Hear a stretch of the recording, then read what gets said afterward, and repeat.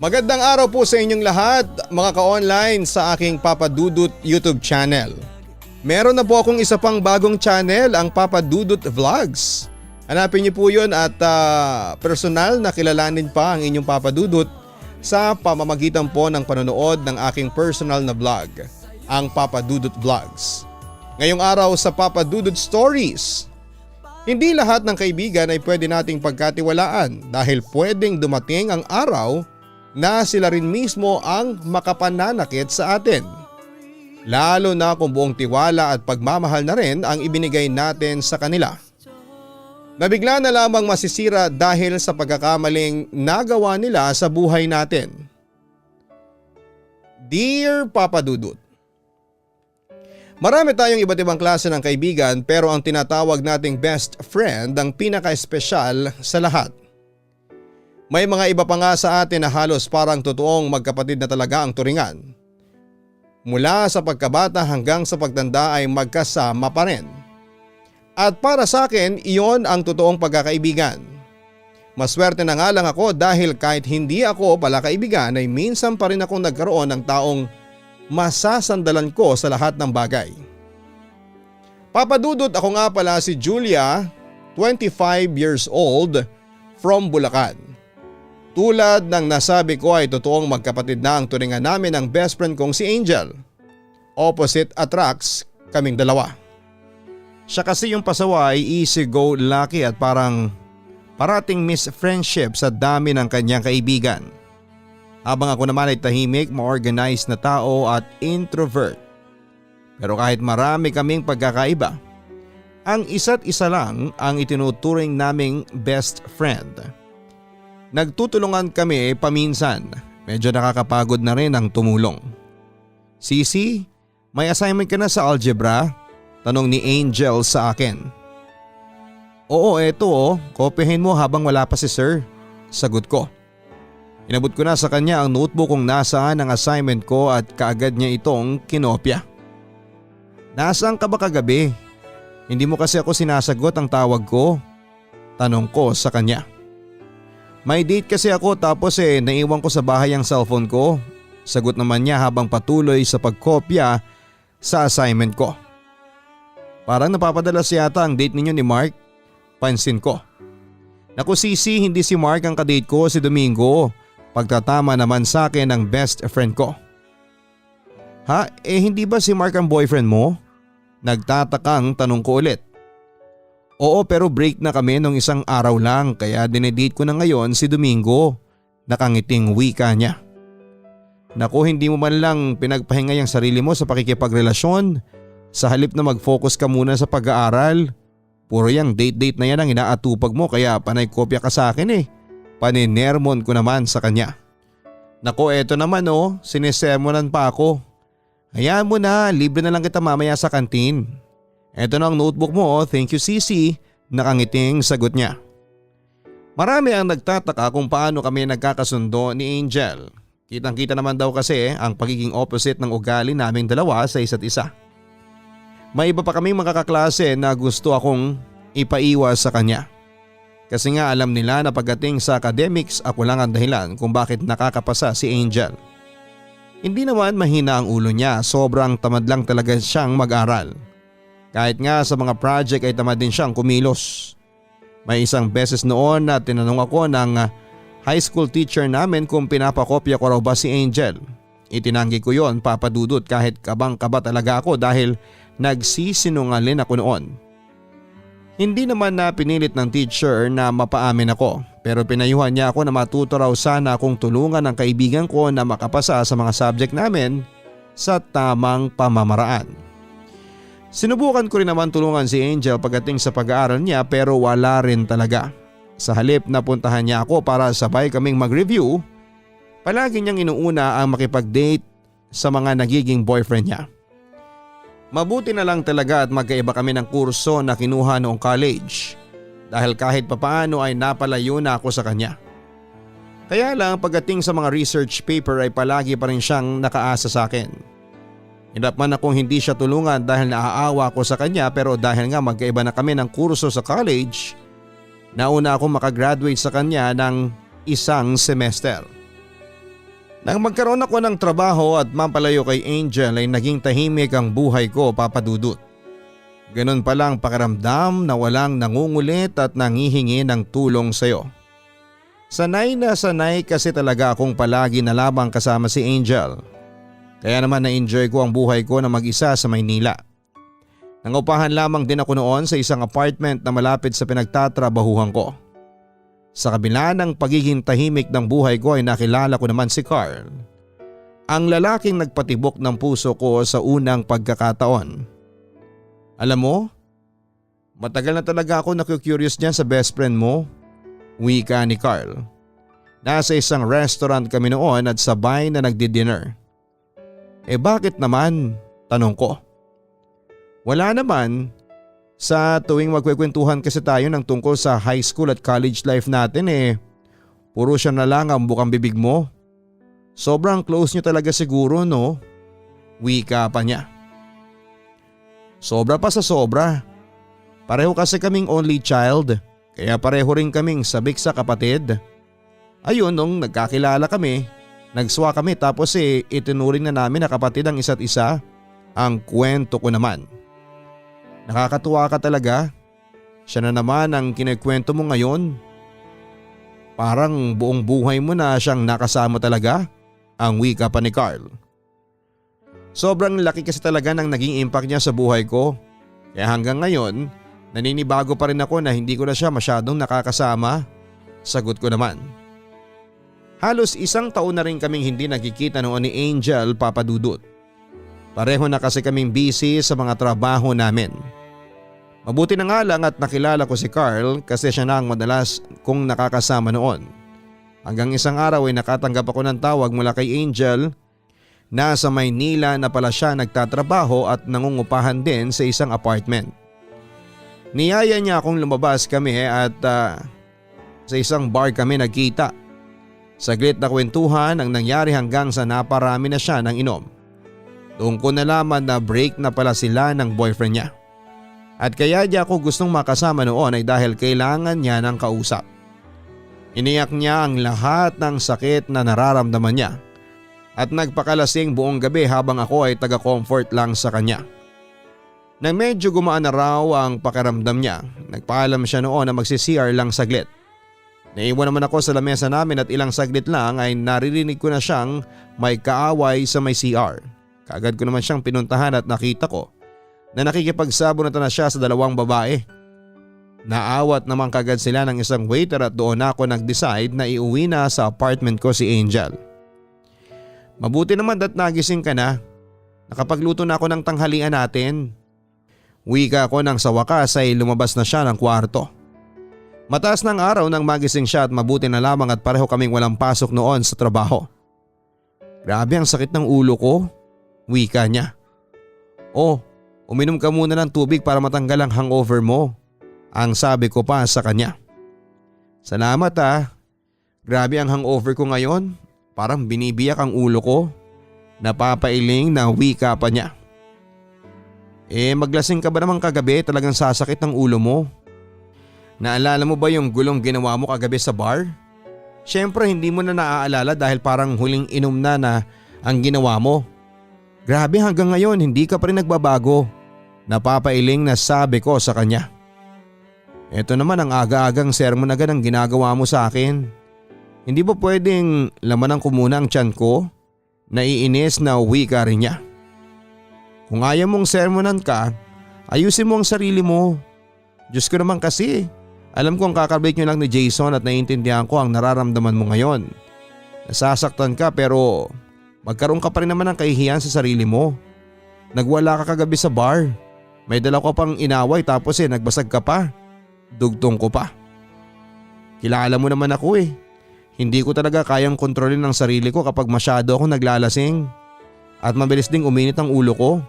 Pangangatwiran pa niya. Ano pa nga ba? Pero alam mo hindi lang yung paglalasing ang gusto kong punahin sa'yo. Nakita ko yan sa bag mo.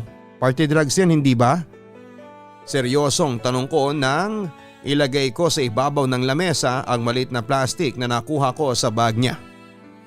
Teka, bakit ka nakikialam ng laman ng bag ko? Inisding tanong niya. Huwag yun ang intindihin mo. Yung supot na yan ang ipaliwanag mo sa akin. Ano ba Angel? Balak mo ba talagang sirain ang buhay mo dahil lang sa nasaktan ka? Ang dami-dami namang iba dyan eh. Hindi lang si Jason na nag-iisang lalaki sa mundo. Imbis na sirain mo ang buhay mo, ayusin mo. Magpakatino ka. Hindi yung lalo mong ipapakita sa kanya na tama lang na ipinagpalit ka niya sa iba. Paninermon ko pa. Hindi naman sumagot si Angel at nakita ko ang pangingilid ng luha sa mga mata niya. Bigla tuloy ako na guilty noon dahil mukhang siyang bata na kinawawa ng iba. Sorry, nabigla lang ako sa mga sinabi ko, Angel. Ayoko yung nakikita ko sa iyo ngayon. Kilala kita at alam ko na hindi ka ganyan.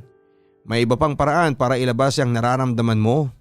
Mahinahon na payo ko sa kanya. Sorry din Julia. Hindi ko rin naman gusto yung ginagawa ko at saka huwag kang mag-alala. Last na yon, promise. Naiiyak na sagot niya.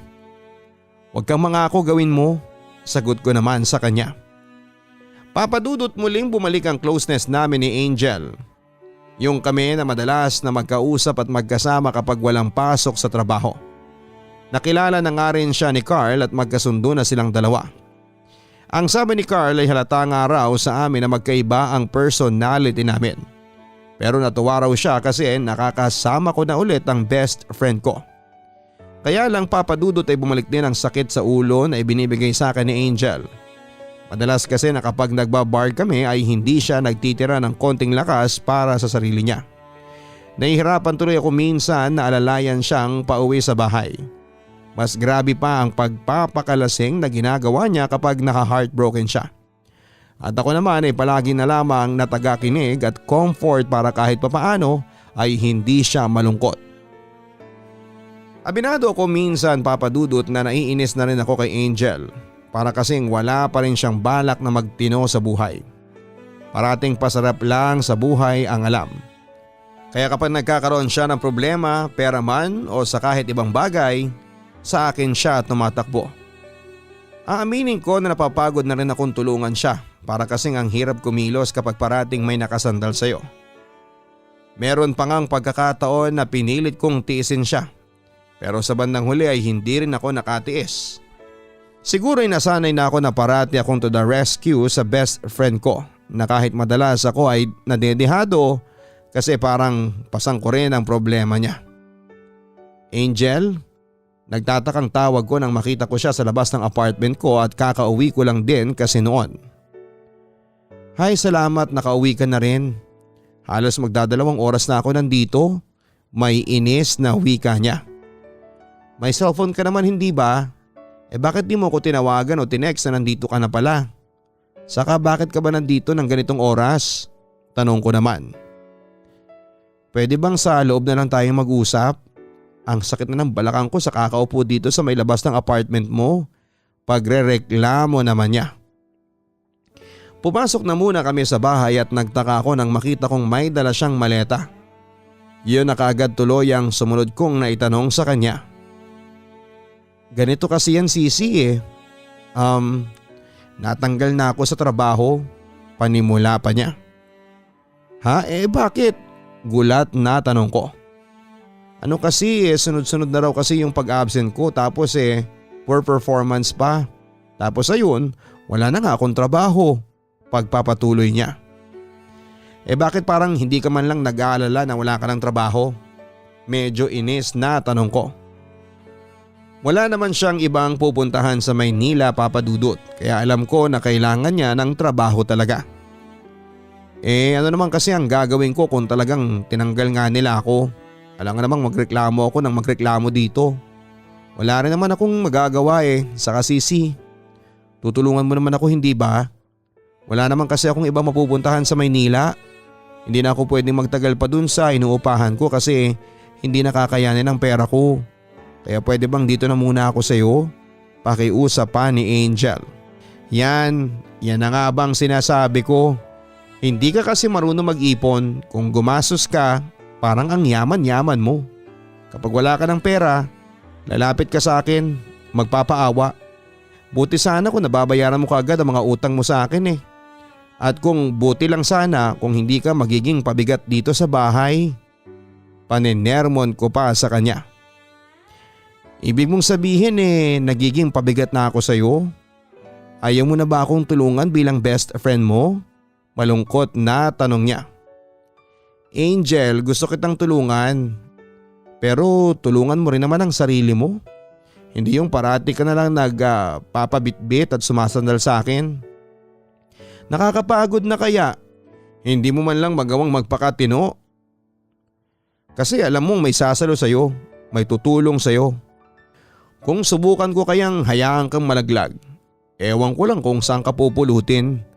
Seryosong sagot ko naman sa kanya. Hindi siya sumagot noon at tahimik lamang na tinanggap ang lahat ng paninermon ko kasi wala naman siyang choice.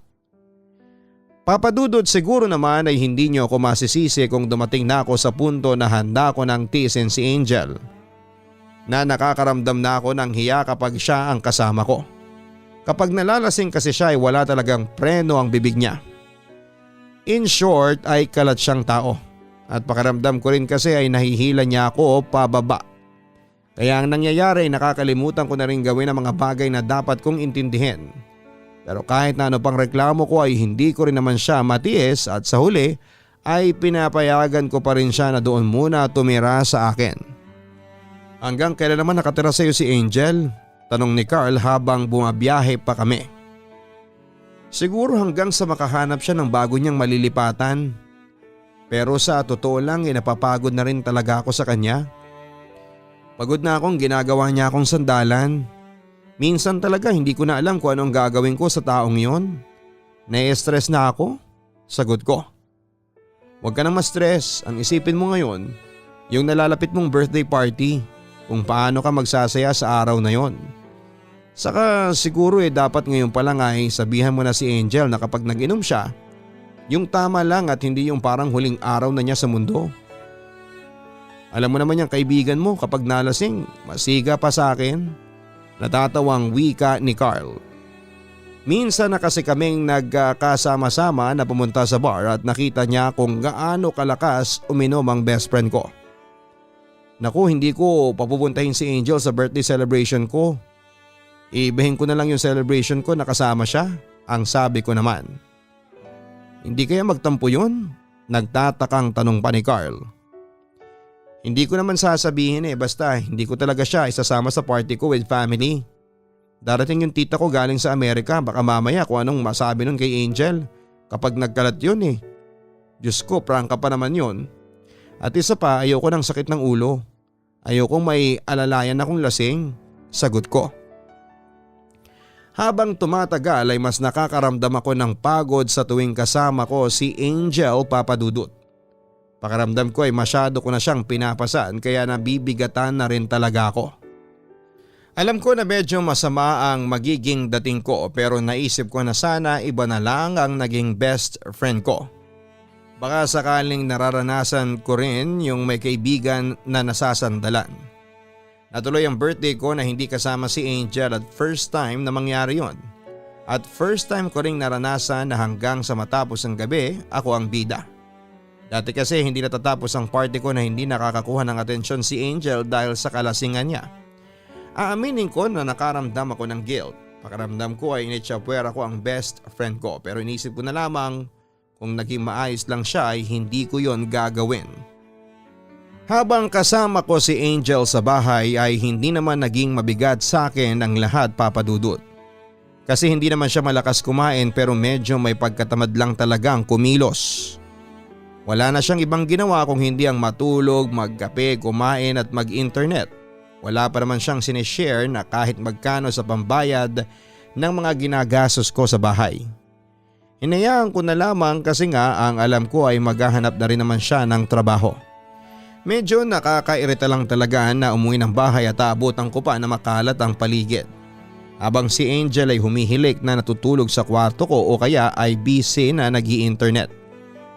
After few months, umalis na rin si Angel sa bahay ko, Papadudut. Medyo nakahinga ako ng maluwag dahil sa wakas, nakikita kong inaayos na niya ang buhay niya. Nakahanap siya ng bagong trabaho at bagong matutulungan. Kaya ng mga panahon na yon ay hiniling ko kay Lord na sana ituloy-tuloy na ang pagbabagong ginagawa ng best friend ko. Hindi na rin kami madalas na nagkakausap dahil lang sabi ni Angel ay busy siya sa trabaho niya. Ayos lang naman sa akin dahil ang mahalaga ay inaayos na talaga niya ang buhay niya. Hanggang isang araw ay nakipagkita siya sa akin sa coffee shop. Dahil matagal-tagal din kaming hindi nagkita ay ako nang nagbayad ng in-order naming mga kape at pagkain. Yun din naman ang nakasanayan naming gawin na ako ang tagabayad sa mga ginagastos namin. Maayos ang umpisa ng pagkwekwentuhan namin, Papa Dudut. Marami siyang baon na kwento tungkol sa trabaho at mga katrabaho niya. Hanggang sa sinabi na niya ang pakay niya kung bakit gusto niyang makipagkita sa akin. Balak niya palang manghiram ng pera noon dahil naubos na raw ang sweldo niya sa ilang buwan na pagtatrabaho niya. Bumili raw kasi siya ng mga bagong gamit sa apartment niya at ang nakakainis lang doon, nag-shopping din pala siya ng mga bagong damit na gagamitin niya raw sa bago niyang trabaho. Porket bago ang trabaho dapat bago ang mga damit, ganun ba? Angel naman, luho yung ginagawa mo. Ang dami-dami mo pang damit na pwede mo namang gamitin. Bumili ka pa ng mga bago ulit. Hay nako. Sorry pero wala akong mapapahiram sa'yo. Gipit din ako ngayon. Alam mo naman kasi na may hinuhulugan pa akong loan.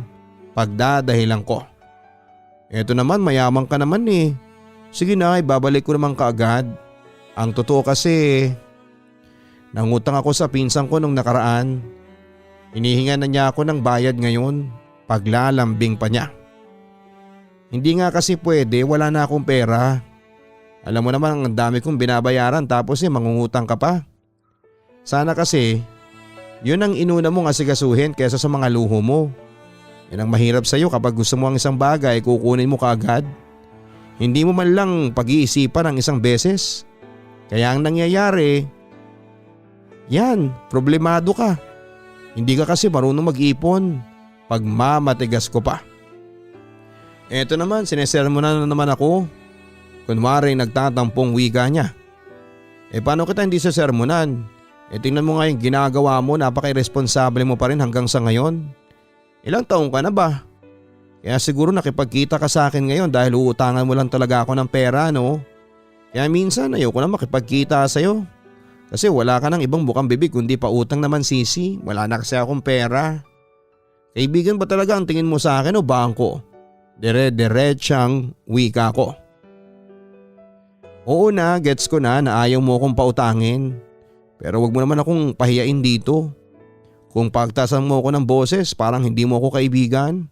Inis na rin na sabi niya. O bakit parang galit ka?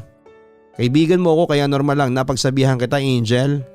Hindi ko na rin kasi nagugustuhan yung ginagawa mo sa buhay mo. Hindi na ako magtataka kung hindi aangat ang buhay mo. Wika ko. Talaga? Normal pa pala yun. Kung makapagsalita ka kasi durog na yung pagkatao ko eh. Alam mo tama na to.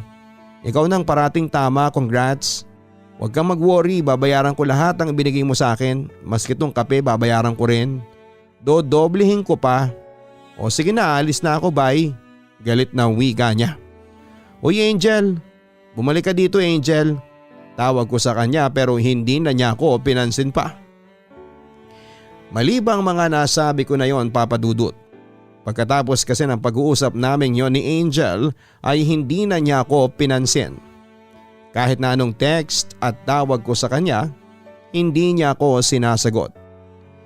Hindi ko alam kung dapat ba akong makonsensya o iisipin kong wala namang masama sa mga nasabi ko.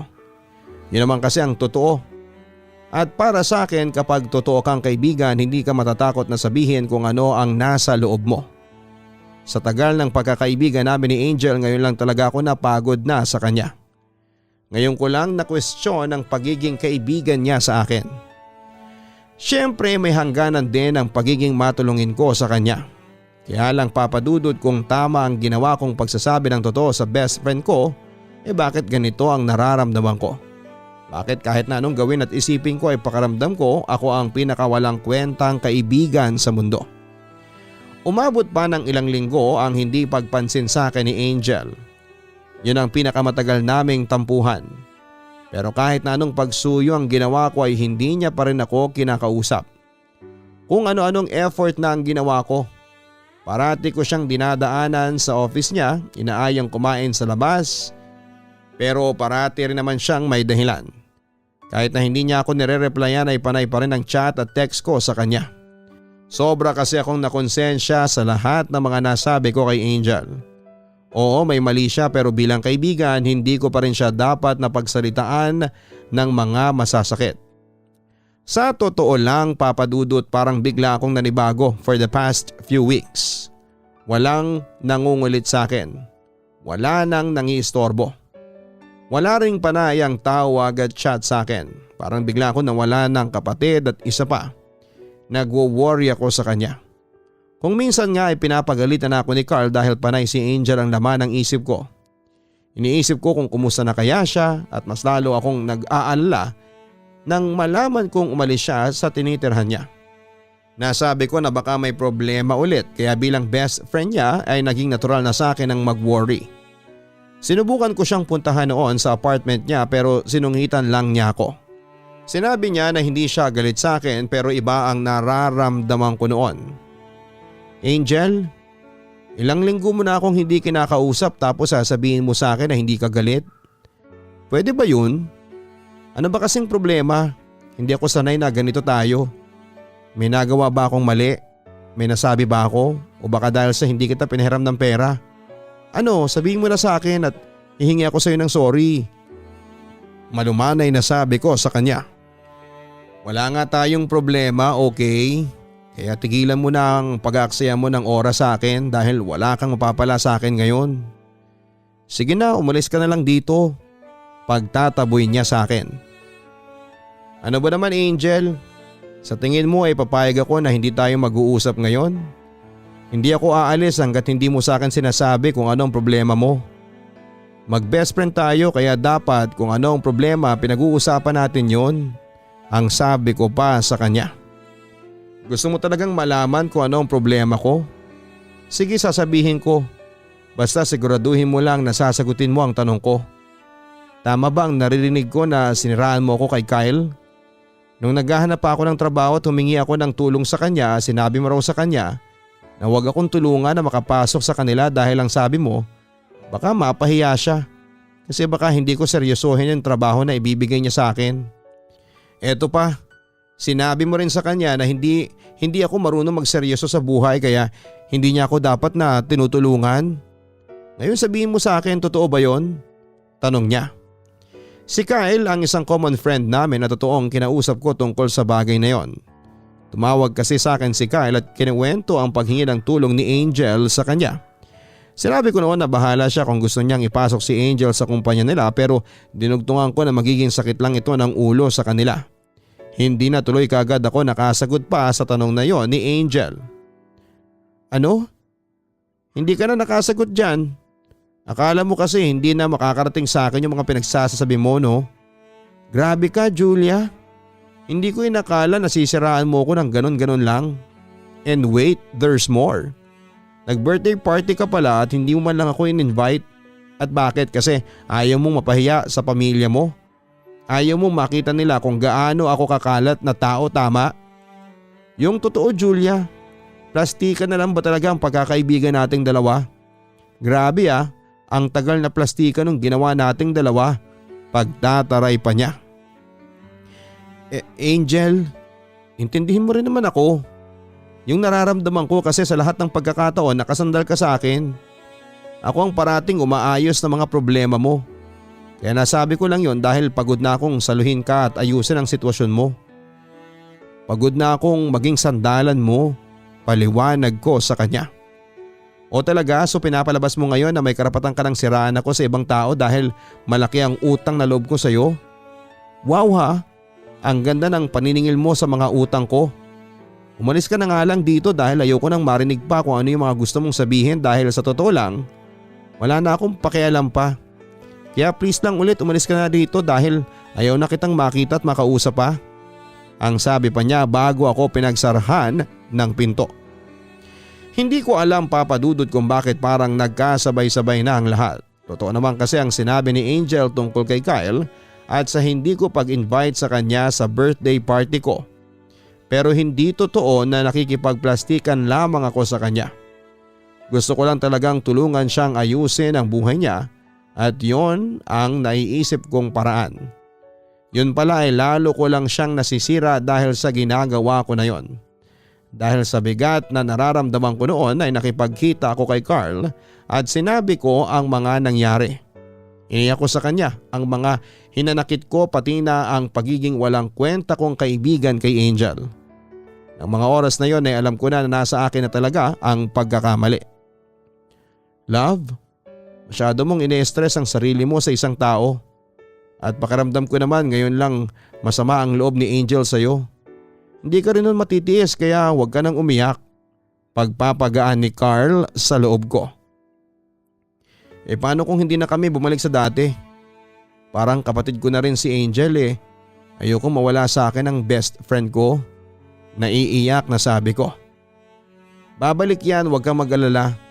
Huwag mo na lang muna sigurong kausapin. Tingnan mo, magugulat ka na lang na bigla ka na lang niyang kakausapin. Hayaan mo muna si Angel. Natural na galit yon dahil bago pa lang naman yung issue eh. Masama pa ang loob niya, sagot naman ni Carl. Sana nga magkaayos na kami. Ayoko kasi talaga ng ganito ang nangyayari sa amin. Muling iyak ko. Huwag mo munang isipin ang problema ninyong magkaibigan.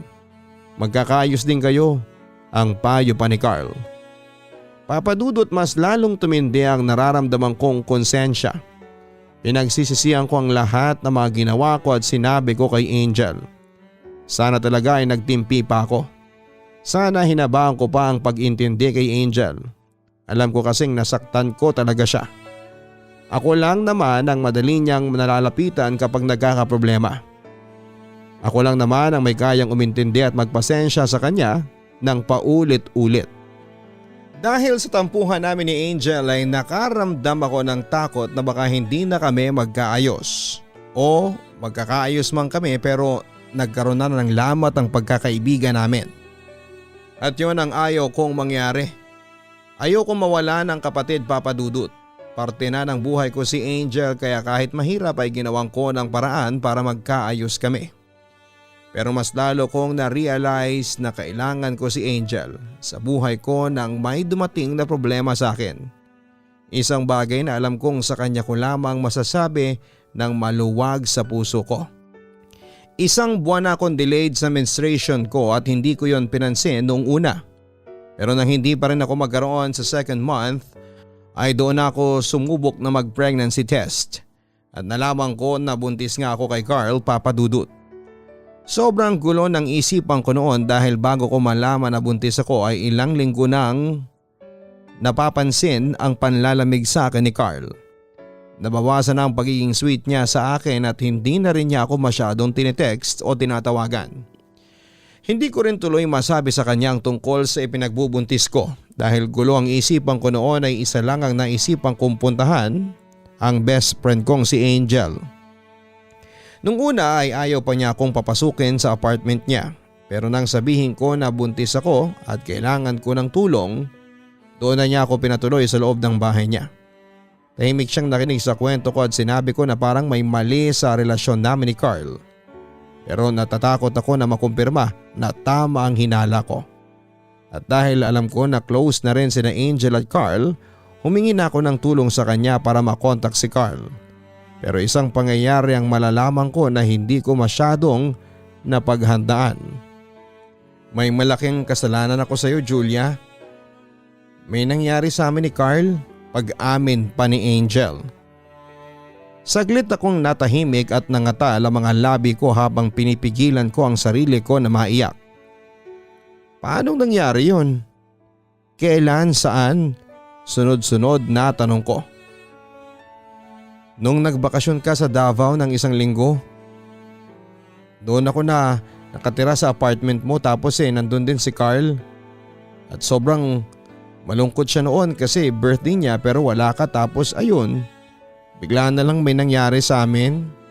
Umiiyak na kwento niya. Hindi ako makapaniwala sa mga narinig ko, Papa Dudut. Parang piniga ang puso ko sa sakit. Tumayo na ako noon pero pinigilan ako ni Angel. Julia, sandali. I'm sorry. Hindi namin sinasadya yung nangyari. Umiiyak na sabi pa ni Angel. Umalis ka sa harap ko. Baka hindi ko mapigilan ang sarili ko na sampalin ka. Ang sabi ko sa nangangatal na boses. Ako ang may kasalanan kung bakit naging ganito tayo. Akala ko kasi kaya kong itago yung pagkakamali na yon habang buhay. Kaya naisip ko na magkunwaring galit lang ako sa'yo. Na umiwas at layuan ka at hayaan na isipin mong nasaktan ako sa mga nasabi mo sa akin noon. Pero ito yung totoo, Julia. Lumayo ako kasi may kasalanan ako sa'yo. Isang pagkakamali na hindi ko sinasadyang gawin. Umiiyak na wika niya.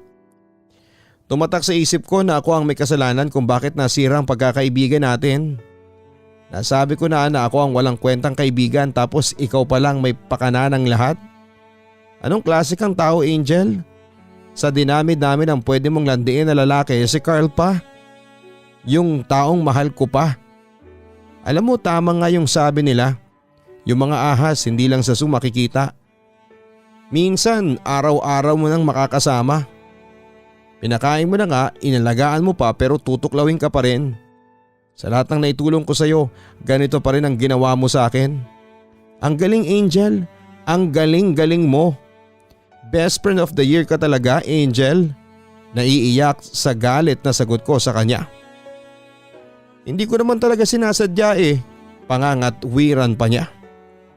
Huwag ka na magpaliwanag. Yung hinayaan mo ang sarili mong makipaghalikan sa boyfriend ko, sapat na yon na patunay na wala kang kwentang kaibigan. Wala kang utang na loob. Ang kapal ng mukha mo. Huwag ka nang magpapakita sa akin dahil baka tunawin ko yung mukha mo gamit ang asido. Pagbabanta ko sa kanya. Papadudot, parang isang malakas na bombang sumabog sa harap ko ang lahat ng mga sinabi sa akin ni Angel. Ngayon lang ako nakaramdam ng ganitong galit sa buong buhay ko. Akala ko ay ako ang may mali, akala ko ako ang masamang kaibigan. Ang nagkulang, ang naging insensitive. Nainis ako dahil ilang linggo kong sinisi ang sarili ko sa lahat ng mga nasabi ko kay Angel. Pero yung pala, ako ang dapat na magalit sa kanya. Nasaktan ako ng sobra dahil nagawa kong lokohin ang dalawang taong importante sa buhay ko. Mga taong pinagkatiwalaan at minahal ko ng totoo. Sinubukan pa akong kausapin ni Angel pero ako naman ang umiwas, papadudot.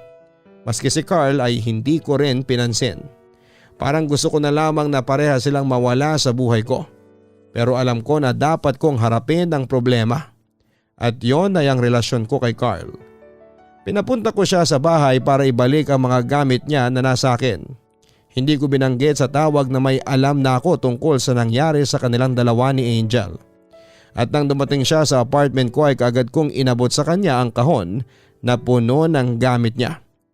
Sinabi ko sa kanya na alam ko na ang lahat pero alam na rin pala niya na buntis ako. Nagkausap na raw sila ni Angel at sinabi nito ang nangyari sa pag-uusap naming dalawa. Humingi ng sorry si Carl pero hindi ko na siya kayang patawarin pa. Hindi ko kayang tanggapin ang kasalanang ginawa nila sa akin ng best friend ko. Alam ko na hindi ako perpektong girlfriend pero hindi ko naman siguro to deserve, Carl. Ang sakit eh. Sobrang sakit. Kayo ni Angel ang pinakaimportanteng tao sa buhay ko. Kayo yung nasasandalan ko parati. Kayo ang nagpapasaya sa akin pero kayo rin palang mananakit sa akin ng ganito. Kayo rin palang manloloko sa akin. Naiiyak na sabi ko. Julia, I'm sorry talaga. Pero maniwala ka na hindi ko mahal si Angel. Yung mga nangyari sa amin, wala lang yun. At itinigil na rin namin yon kasi ikaw ang mahal ko at ayokong lokohin ka pa. Giit naman ni Carl. Ayaw mo kong lokohin pero ginawa mo pa rin yun. Kung talagang mahal mo ko, kahit na isang halik hindi mo gagawin. Kasi nire-respeto mo ko. Kasi ayaw mo kong masaktan. Pero nung ginawa mo, inabuso mo ko. Kung hindi pa ako nabuntis, hindi ko pa ito malalaman. Sumbat ko sa kanya. Magsimula tayo ulit. Ito na yung pagkakataon natin. Magpakasal tayo, magpakalayo-layo tayo at kalimutan natin ang lahat ng ito. Please Julia, bigyan mo ko ng isa pang pagkakataon. Isa lang at patutunayan ko sa iyo na mahal kita. pakiusap niya. Hindi na Carl, ayoko na. Umiiling na sagot ko. Maawa ka Julia. Ayokong mawala ka sa akin. May anak na tayo. Pakiusap pa niya. Simula ngayon, anak ko na lang to. Seryosong sagot ko. Teka, hindi pwede yun. May karapatan ako sa kanya. Ako ang ama niya. Anak ko yan Julia. Huwag mo siyang ipagdamot sa akin. Ang sabi pa ni Carl. Ginagawa ko to para sa kanya. Para sa aming dalawa Carl. Hindi na kita matignan tulad ng dati. Ngayong nasa harapan kita wala akong ibang naaalala kundi ang panloloko niyo sa akin ni Angel. Paulit-ulit yun at ayokong mabuhay na parating may takot na baka lokohin mo ulit ako. Na baka iwan mo ako at ipagpalit sa iba. May anak na ako ngayon at para maalagaan ko siya ng mabuti, dapat alam ko rin kung paano ko mamahalin at aalagaan ang sarili ko. Ngayon ko na yung sisimulan at ayoko na Carl. Tinatapos ko na ang lahat sa atin. Sagot ko sa kanya. Papadudot ayoko maging tanga sa buong buhay ko. Oo, pwede ko pa silang bigyan ng second chance pero ayoko. Dahil sa paningin ko ay parehas nilang hindi deserve ang pagkakataon na pwede kong ibigay. Pinili kong pakawalan ang sarili ko kina Angel at Carl para sa anak ko. Alam ko magiging mahirap ang lahat pero kakayanin ko para sa kanya. Nawala man ang dalawang taong minsang naging parte ng buhay ko ay nagkaroon naman ako ng anak. Ni hindi ko na sila sinubukan na makausap o makita man lang. I am moving on with my life at wala akong balak na bumalik sa nakaraan.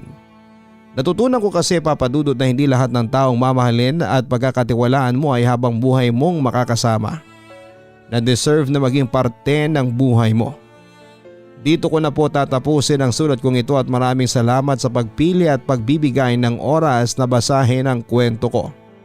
Sana papadudot ay patuloy pa rin kayong pagpalain ng Panginoon para marami pa kayong ma-inspire na mga nakikinig sa inyo. More power sa inyong YouTube channel. Yours truly, Julia. Dito ko na po tatapusin ang sulat kong ito at maraming salamat po sa pagpili at pagbibigay ng oras na basahin ang kwento ko. Sana papadudot ay patuloy pa rin kayong pagpalain ng Panginoon para marami pa kayong ma-inspire na mga nakikinig sa inyo sa YouTube. More power din po sa inyong channel. Yours truly, Julia. Mahirap ang masaktan at mapagkaisahan ng mga taong mahal natin, lalo pa nga kung pakiramdam natin ay pinagtutulungan nila tayong saktan. Mahirap kasi magtiwala sa panahon ngayon. Minsan akala natin na tapat na sila sa mga sinasabi nila, yun pala ay kasinungalingan na lamang ang lahat. Maraming salamat Julia sa pagsulat mo dito sa aking YouTube channel at hindi talaga biro ang nangyari sa inyo ng best friend at ex-boyfriend mo. Pero umaasa ako na hindi man kayo magkabalikan ni Carl, sana ay dumating pa rin ang araw na muli mo siyang mapatawad para sa ikatatahimik ng lahat. Hanggang sa muli, huwag kalimutan na mag-like, share and subscribe sa aking YouTube channel. At suportahan din po ang isa ko pang bagong channel, ang Papa Dudut Vlogs.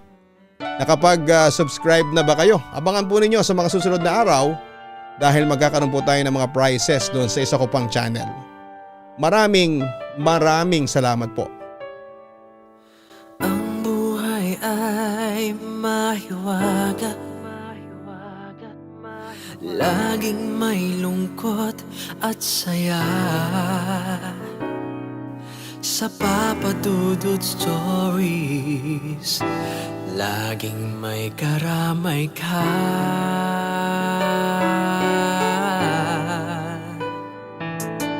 Mga problemang kaibigan,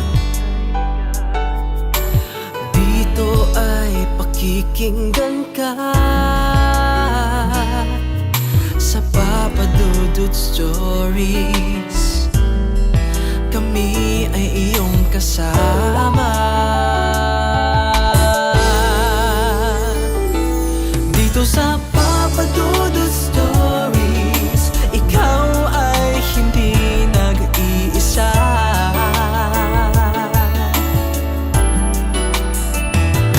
Dito sa Papa Dudut Stories, may nagmamahal sa'yo.